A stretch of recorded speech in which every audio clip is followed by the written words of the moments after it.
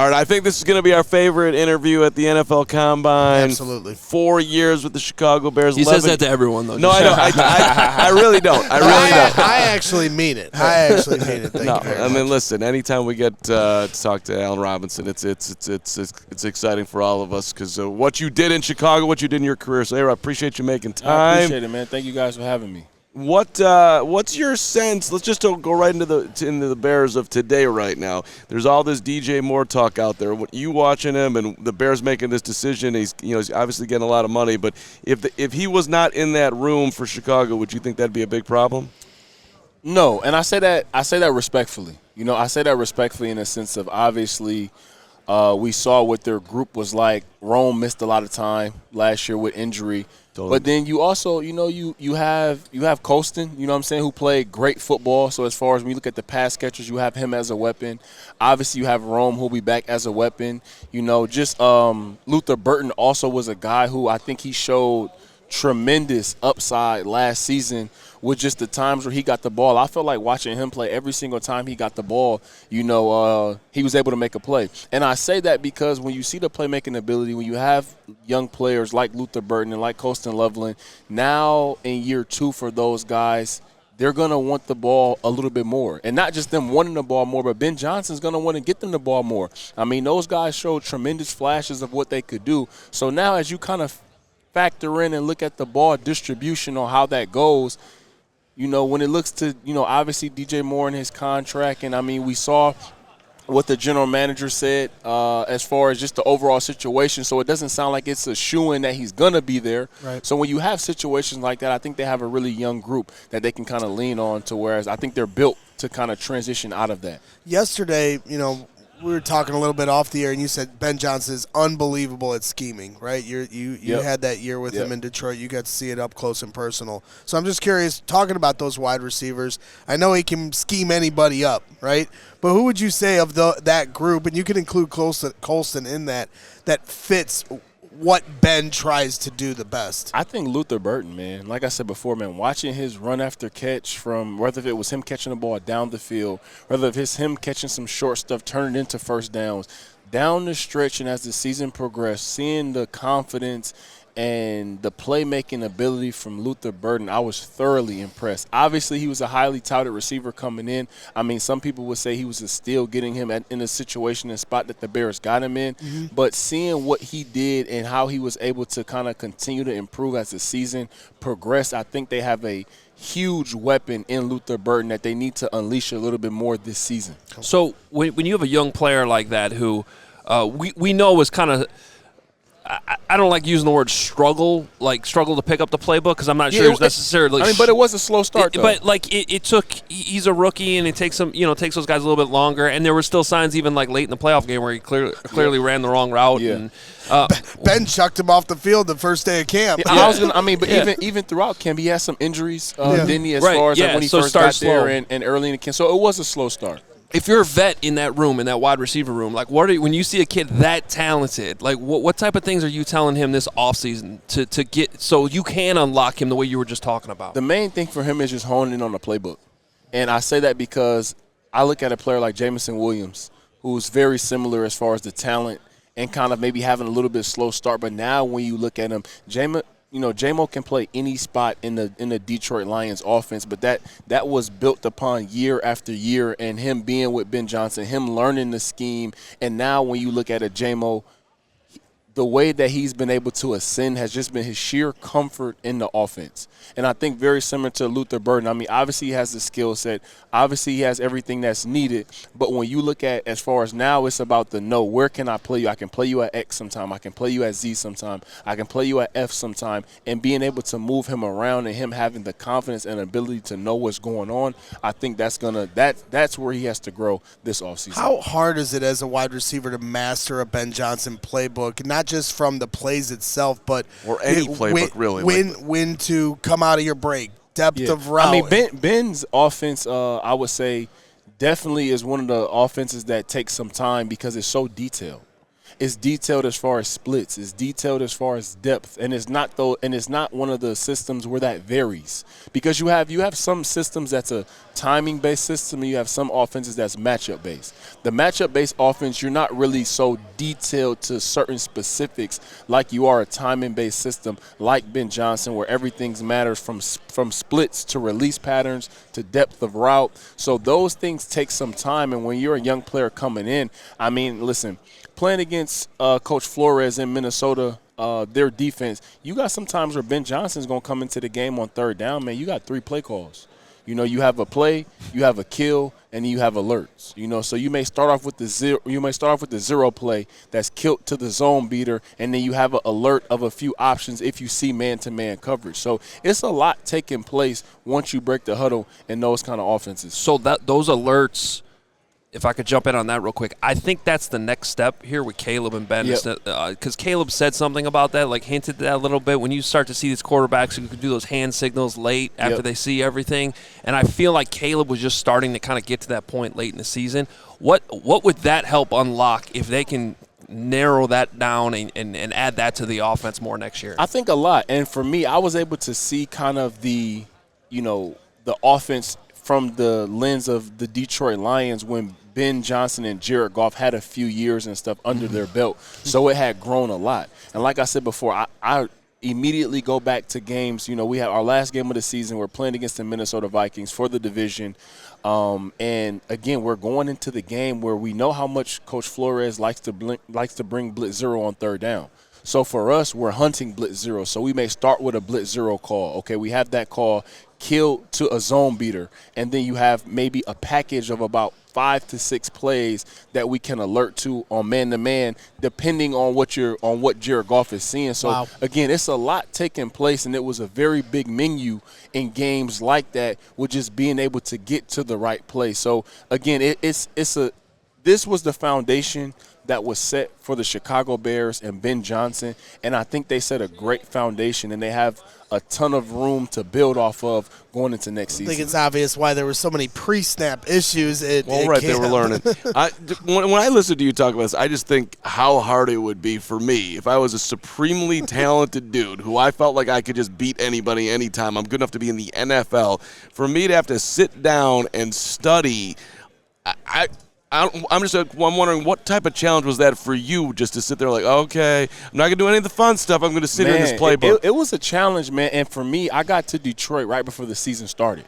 So I was learning everything on the fly. So for me, it was, man, I'm talking – I didn't have much time to do anything else that season that I was in Detroit but study plays. I'm talking from the time I woke up to the time I went to bed was me studying plays. When I'm not in the facility, as I'm driving to the facility or on the way home, I'm thinking about the plays and different things like that because, again, but as a receiver, as a competitor, you always want more. And Ben is a guy who he's going to ask for what he's going to ask for, and he's not going to lower that expectation.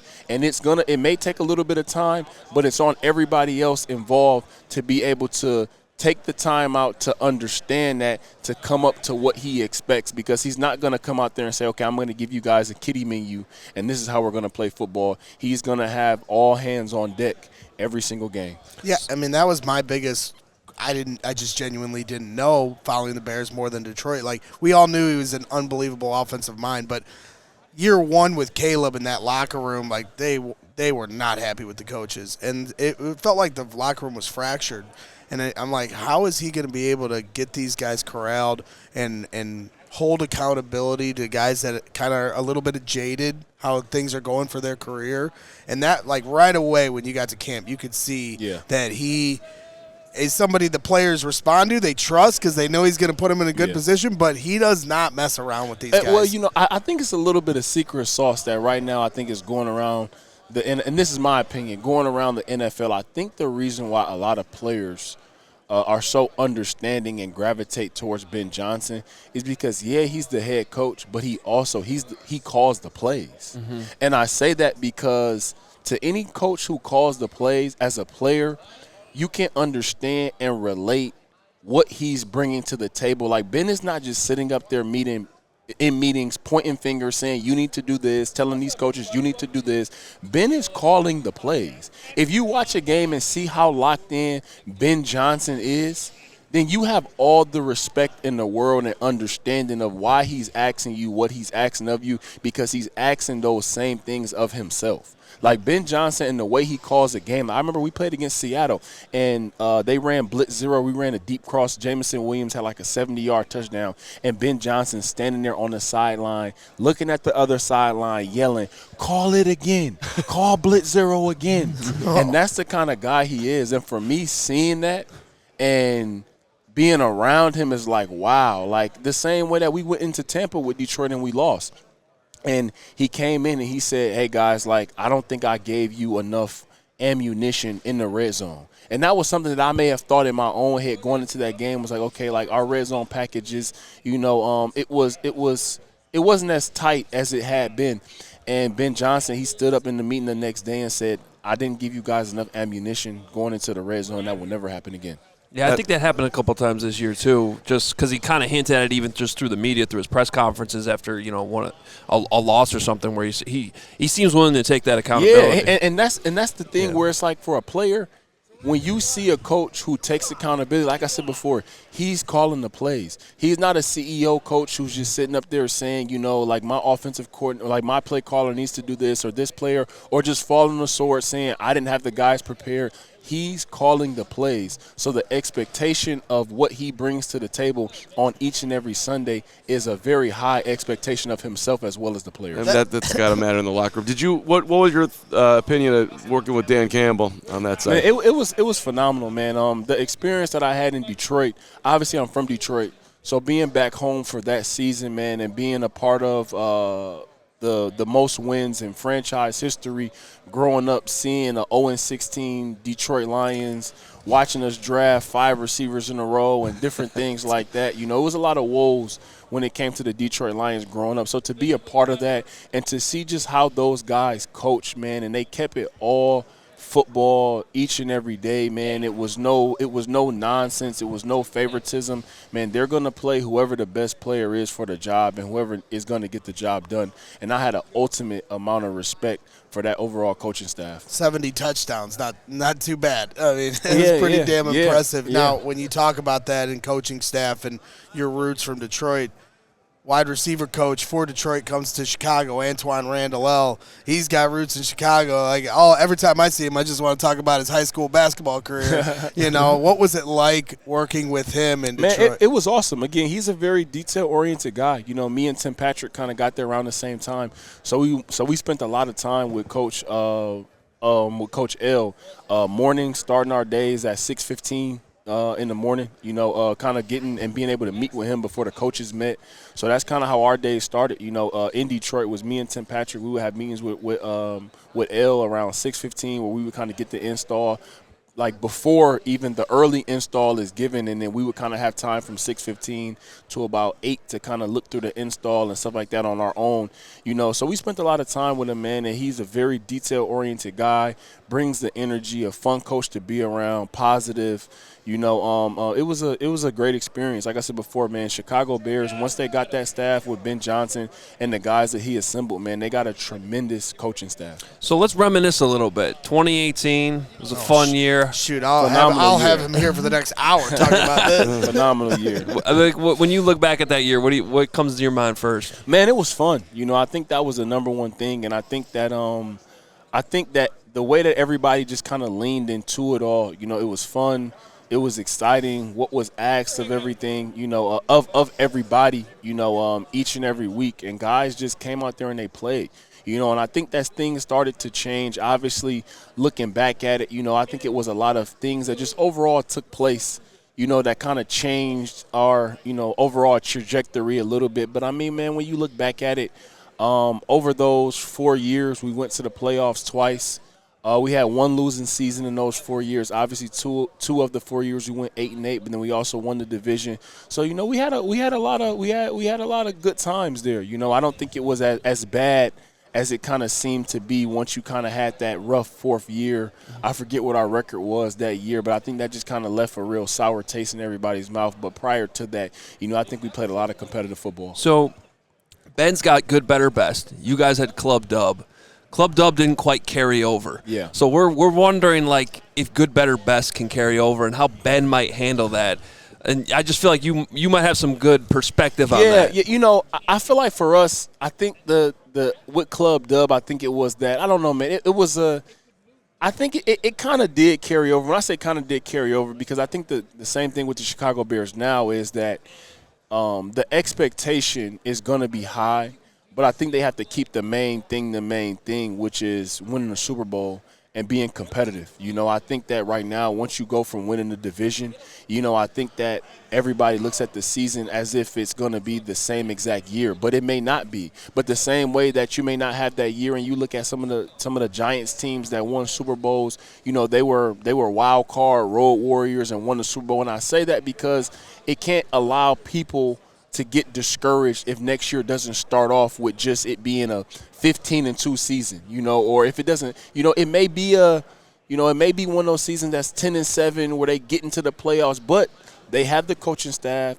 they have the talent, they have everything that they need to be able to win a Super Bowl and be ultra competitive, and I think that has to remain and stay the main focus at all times. Do you look at the Eagle double doink game as y'all should have let the offense out a little bit earlier? Because at the end of the game, Mitch started throwing the ball and looking great, and you guys were moving it. Yeah. I mean, that kick and everything, you know, sits with me all the time, man, because I think that we had a team that could have went further. I think that if we had won that game, obviously we would have matched up with the Rams, and I think that was a matchup that we wanted. We had played them. We felt like we had their number. Vic Fangio, and just the way that he had the defense playing, especially against that offense, I think everybody felt good about that. You know, so to have that kind of cut that part of our season short, because, again, I mean, I think that's a team that we would have been in the NFC Championship. And I think that now once you get to those, now it's like anything can happen. But I think that team had that kind of capability to be able to win an NFC Championship game and get to the Super Bowl. I think we had those kind of players because it may not have always been pretty, but I think we had the playmakers in all the right spots to be able to make big plays. Like when you look at the playoff game, I mean, me and some of the skill position guys that we had being able to make plays. When you go to the defense, you had Khalil Mack, who in crucial moments, if you needed a sack, he could get that. You had Eddie Jackson, who's the ball hawk safety, who could make a play. You had Kyle Fuller, who was playing, you know, lights out that season as well in the secondary to be able to make a play. So we had the people in place that at any point in time in the game when we needed could make the play. Your hands, I mean, like it felt like if the football touched you, you were catching it. How did you work to get to that spot? You know, I think about that all the time. I feel like sometimes I may have focused a little bit too much on the overall catch rather than being able to kind of be a little bit more creative after the catch, you know. Because like I said before, for myself, I always evaluate things as I'm looking year to year, and now just having some time to reflect. And it's like I wish I had to take a little bit more risk, you know, when it comes to the overall catch point. It's like, you know, my catch percentage may have dropped a little bit, you know, but I feel like, you know, there may have been some more plays that could have come out of that, you know, as well. It's funny because me and for the Bears fans out there, me and even a person like Adrian Amos, you know, we're close. We went to Penn State together. He talks as far as the secondary, you know, he says that he was a guy who took pride in always being in the right place at the right time, but he also says that in his career he wished he had to take some more risk as far as being able to make some more plays. And it's like, granted, he may not have been there. If he was there 90% of the time, he may have been there 80% of the time. But in that 10%, there may have been some more explosive plays that came out of that. Yeah, well, I'm mad at Adrian. He went to the Packers, and then he started trolling us on Twitter and stuff. Listen, he did. You might be friends with him, but he did start to troll. But I'll say this, man. It's sometimes, you know, when you get into Chicago Bears Twitter, you know, it's hard sometimes not to troll back, you know. But again, 100%. That's the we social got a lot media. of mouths on us on Bears Twitter. But you know, I'll say this, man. You know, that's my guy. And unfortunately, you know, he was a guy that I would have loved to see back in Chicago. But, you know, even players like that, you know, he never got an offer when it came to free agency, you know, or even extensions or anything like that, you know. So you kind of have that you have the respect because when you're going through those kind of situations, you know how that could feel for a player who actually wants to be back with a certain team in a certain situation, and you never get an offer from that team. So it does kind of become a little spiteful, as you start to look at that team as far as like I wanted to be there, they didn't want me there. Now I'm on the rival of that team, playing against him, and that's kind of the added motivation when you look for him as far as from year 5, 6, 7, 8 on what kind of was his added motivation is like I'm playing against a team in a division that drafted me, that didn't want me back, that never offered me a contract, and that's the added motivation. Imagine if Brisker goes to the Packers. Yeah, exactly. He'll be on Twitter a lot. Exactly. Yeah, I know for sure. I know you got a lot of work with Sirius XM to do, and you've given a ton of your time here, so we really appreciate it. Yeah. Definitely going to bug you to come back on our show because I got a million questions to ask you. But with free agency 2 weeks away, you talked about that 2018 team. You talked about Khalil Mack. The Bears were kind of looking at him last year. I feel like he's a guy, even though it's not 2018 anymore, I feel like they need to bring Khalil Mack back. I think that would be awesome, and I think Khalil's one of those guys, man. I think it's something, I think the same way that Detroit has built their team, I think Ben Johnson has the understanding of what it's like bringing in very good overall football players and sound players and what that does for a locker room. So having a person like Khalil Mack on your team, not just the on the field aspect, but how he elevates everybody just in general from a day-to-day process-driven standpoint. If you have any young player that you're bringing in, whether that's draft or free agency, when they see a Khalil Mack in his day-to-day process and how detail-oriented he is, asking questions in meetings for everything that he's accomplished in his career, he never takes any step of the process for granted, and I think that goes a long way. Well, you were one of those guys, man. I mean, watching you do your work at training camp, and that was a young wide receiver room that when you came over as the vet, And even for me then, man, looking back at it, I was still young then, But you carried yourself. That was like year 5 in your career, right? Honestly, man, you carried. Year 5, I was just turning 25, and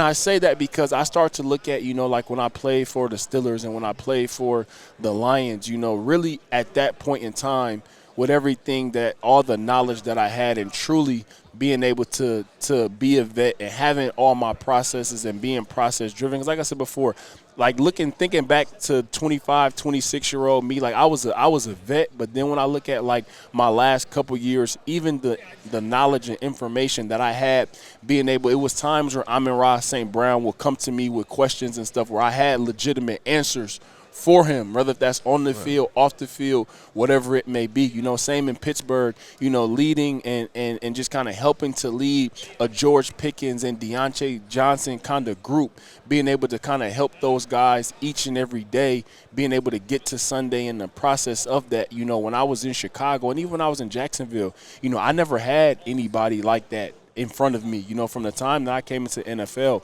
we started 3 rookies when I was in Jacksonville with me, Marquise Lee, and Allen Hurns, and we didn't have a vet. So it was always me kind of learning off of myself and off my own mistakes rather than having a vet in front of me to say, hey, this is how this situation may happen or may go down or how you may handle the situation. Even in Chicago, there was nobody that kind of, that I could lean on in those instances. I was always pouring to guys. And, I was able to learn a lot. And I look at once I got to the last couple of years of my career, all that knowledge I was able to give to others. All right, I got one more. I'm sorry. Yeah. I got one too. All good. I got time. Well, hell yeah. Let's hang out all day. Well, this just popped in my head because the idea that the Bears could potentially be playing in Indiana. That's ridiculous. As a player, but this is what I want to specifically ask you. As a player, and I don't know exactly where you lived when you played there, but most of the players live up towards the facility in Lake Forest, right? Yep. So now some do commute from the city. There's a few of them, but how much does it matter to the players where the actual games are on Sunday, where the actual physical stadium is? Like, do you guys – I know some guys go out to dinner after, like, the night before, after the game, like, whatever. Like, does it really matter that much since the facility is up north anyway? I'll say this.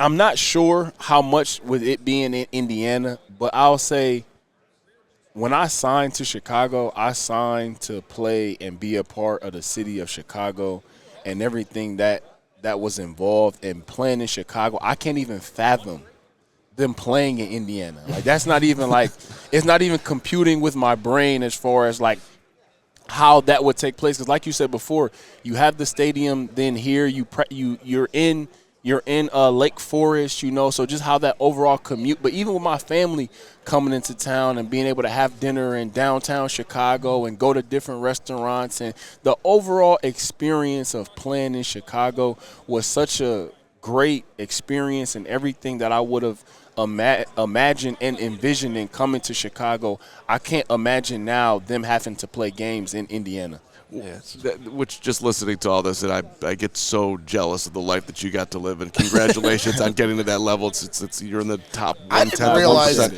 I didn't realize where you guys stayed, because with Soldier Field, you guys stay somewhere the night before. I thought every team did that. I was talking to a coach for the Bears, and he was like, it's like every game's a road game for the Bears because our team has to go to a team hotel the night before. No, well, most teams go to a team hotel. That's what I thought. I mean, like when I was even same with Detroit, Detroit, we practice in Allen Park. Stadium is downtown.